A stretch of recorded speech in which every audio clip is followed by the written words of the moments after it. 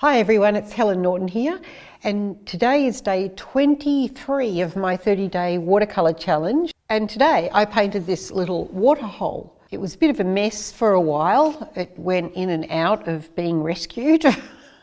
And I tried out some new paint, which didn't go very well at all for this particular job because I wasn't used to the paint. But also I've used the same paints for, well, over 30 years. So fancy doing a learning curve on camera. Never mind, you'll see me make a quick change in the process. It just made the painting take a lot longer than I would have liked it to take. But I'm fairly happy the way it turned out. It's a cute little painting. I used a painting in the studio that I have here somewhere to inspire me, which is, you know, a fairly classic Australian scene. Big white gum tree next to a waterhole with a couple of kangaroos. Oh, go figure. Well, I guess I better get out of here and let you watch the video. So what I did is I drew this little drawing really roughly in pencil. I was just trying to create a bit of a format. Right, let's get started. So I've had to switch over to a voiceover for various reasons. This is me sketching up the picture just as a bit of an outline using some sienna, and then I'm going to actually wet the paper down, you know, just with a nice hake brush so that it's ready for the wash, which is a graded wash, using the new colours that I purchased and thought I would try out. But things will not be going very well, as you're soon to see. Here are the samples where I was just testing it out on a piece of paper and it looked great. But here we go, when I use it on the actual piece of paper I'm working on, thinking it's going to be a really intense and beautiful colour, which is what I get using the tubes. It looks okay at first, see? And then I keep going, and you'll notice that that other little tub of colour, which is, it looks creamy and delicious, but it's actually a colour that's just been packed out with white, or, you know, or filler actually, not even, I don't think, gouache. So normally I would just bring the intense colour down simply by using water. But look at it, it just, I thought, oh my goodness, and when I dried it, it just got worse and worse, and it was so pale, there was just no pigment in it. Look at the difference. So that was like absolutely hopeless and a testimony to bad pigments. So that wasn't very good, and I thought, all right, I'll have another go. And in the interest of experiments, I thought I'll do another layer after it was completely dry, and here I did, using that gouache, whitey, you know, pale colour, and meeting it, this, you know, from the bottom, and then I brought in a sort of a little bit of a different one, and when I dried it, it just was awful, absolutely horrible. Look at the top one. There's just no intense colour at all in the top. Nothing. It's just weak as. So I'm rescuing it by using my tube colours. I've gone back to my Old Faithfuls. This is an ultramarine blue, really, really strong. And I have dried the whole picture again, and I'm going to try and actually save it. Basically, I should have just thrown the paper away, because at this time that bottom section is all full of rubbish. You know, it's got just all that filler, horrible cheap paint in there. So as you can see, it's still, the whole thing's gone flat. It looks dead, like really there's no life in that sky. So I thought, one more thing to do. I was going to go up from the bottom and use actual white gouache and a tiny bit of that crappy colour. Well, it's actually a pretty colour, but come in and really like pump it up. It's not my favourite method at all, because what happens is then, you know, you're battling with the gouache, that everything you put over the top of it's going to be blending into it. But there was no other thing to do, and short of just throwing it away, I thought I'll give it a go. So I'm about to flip it around and just charge in. I'll just put a tiny bit of taint in there and start from the bottom and work my way up. So let's go. Up there, you'd think that would fix it, wouldn't you? Where's my painting gone from underneath? It's completely obliterated. And here we go. So this was the last straw, and I've just pumped in, I don't know what it was, I think it was a bit of phthalo and all sorts of colours going on there now, and it just looks like a big candy shop now. And so wait till you see what happens when I dry it. It's just terrible. Oh boy, I was fuming. I just wanted it to be a quick session, and it turned into, this took me, I think it was about an hour. Look at that, completely flat as a tack. Off I go into the actual process of painting. So the background just using the mauve to actually create a few little mountains in the distance, which is the standard idea. I am still trying to use those little coloured paint toolboxes, so we'll see what happens. I'm really now trying to flick myself over to normal method, but look, I can't get any action. I'm just so frustrating. Goodness, this was such a failure. I should have just abandoned it. Look at it. It's just pathetic. There's just nothing in there. This is me trying to squeeze blood from a stone. And I've just given up now, and I'm going into my own superior paint, which is proper artist grade paint. So that's the lesson, folks. I just wanted to share with you what happens when you do that. And I've just given up. So that's why I went to the voiceover as well, because it just went on for so long. I didn't know how to actually extract the lesson for you on not using, well, you can use cheap paint, but if you're trying to get really intense colour, you're not going to get it if you're not using an artist grade paint. But I was not going to give up because those colours look so nice. So there we are. I continue on, and I'd use one colour and it would be really strong and then overwhelming, and then another one and it would be nothing. So it just went on for ages, as you can see, but I was getting the grade that I wanted, but then I seemed to be washing it out a little bit too much. Overall, the process I'm using is starting with the blue for the distant mountains, bringing in a few sort of pinky shades to the foreground, as you can see, and then I bring in some sienna and some red gold to just bring it down. I've left a little bit of the tree trunk there so you can actually see, but I've lost most of the picture by this stage that I drew. We're losing so much subtlety here, but wow, doesn't you see the difference when you use that as opposed to the stronger pigments that are more transparent? I don't think I'm happy with that. That's incredibly passive. And look at this, it's just dead. Carry on. When you've got a sky, generally you see the reflection down here. So, or whatever, if there's trees and things, it'll be in the water. So this, I do want to just get that water done. So I've got to run that, whatever that was, I've got to try and get a bit of it down here. We'll just have to do the best we can. And we might lead it in dark against the bank. Bear with me on what I'm doing here, because I don't know either. I'm making it up.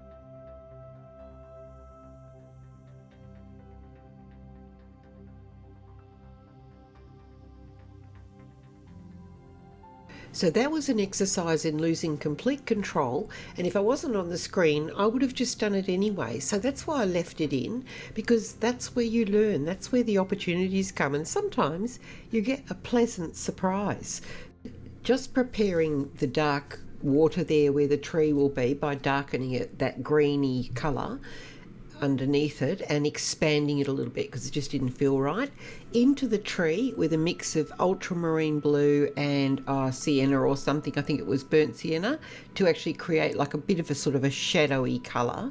And I'm really reinventing the tree that's gone underneath there and completely creating the, I guess you could say, you know, the under tree, you know, the skeleton of my tree, which I'll later work into with gouache. Just using my memory here to recall roughly the shape and my sketch actually, which has been very helpful.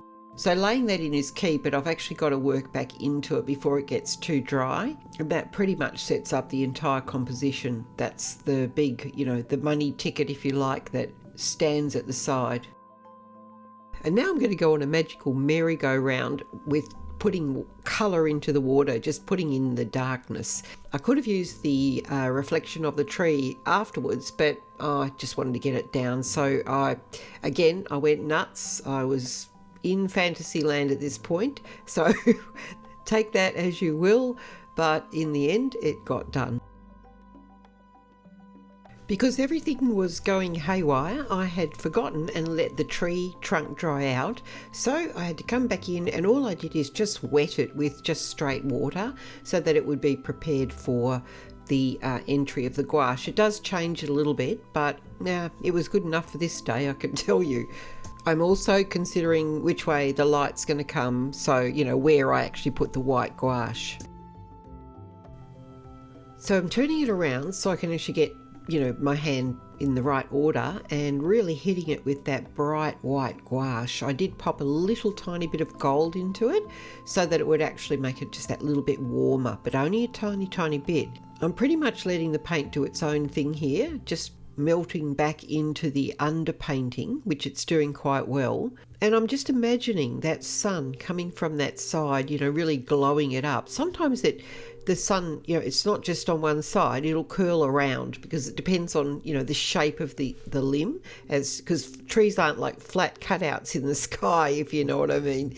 And I often just sort of, if you wanted to get really particular, you would have a little bead of light on the opposite side to where the sun's coming from, of course, because they're curved. But because we're not going to go too far down that rabbit hole, but you can see I'm doing a little bit here where there's just a light coming around. But it's such a tiny painting. We're really into the minutiae with this.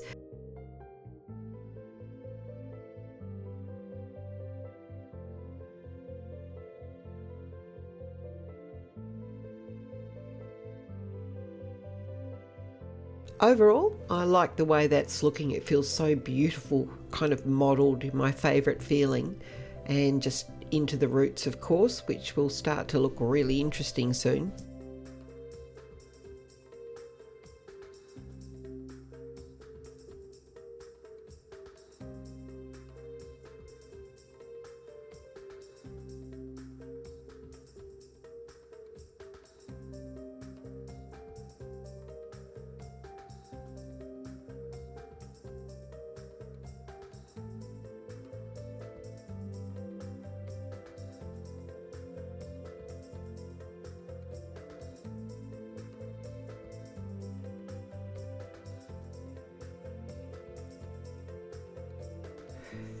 So I've decided to do some reflections, and this also goes fairly badly as later on, but for now it looks okay. And all I'm doing is echoing what's on top of the water and pretty much just sort of copying it or mirroring it into the water, which looks okay until a bit later on where I actually go too far with things. But this is the idea. It just shows you what you are thinking when you're doing like still water that's reflecting what's above, including the darks and the lights, and that gives you a really nice feeling. But of course, as soon as the water is moving, it changes everything, it distorts it.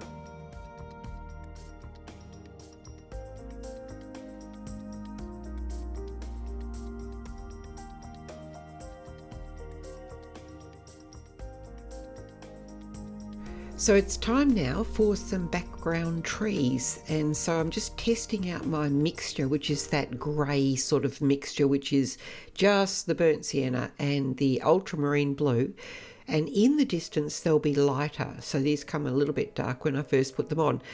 And then just, you know, some general shape. And remember the perspective rule that as they come forward, they're going to grow sort of up and down. You know, just observe when you're out in nature and you'll see what I mean. I felt those back ones were a little bit too strong, so I'm just dulling them down a little bit with some gouache over the top. And I'm just going to mix up a very light grey, greeny grey for the tops, because after all they are, you know, just Australian gum trees or whatever, so they're not exactly going to be, you know, really bright green or with great big bushy heads. And I thought I would just put like a little tiny bit of highlight on the top for the sun just shining on to give just, I don't know, it's a bit of a theatre in a pretty bare landscape, because I'm not going to put leaves on that foreground tree because I don't want to bugger up the starkness of it. And now it's time to just insert the little characters to bring it alive, to make the landscape live. Very loosely, I'm not putting a lot of attention into being perfect. I mean, we're working on a micro scale here, and this is where I start to go a bit crazy because it is so small. However, it gives the effect. It's definitely not perfect.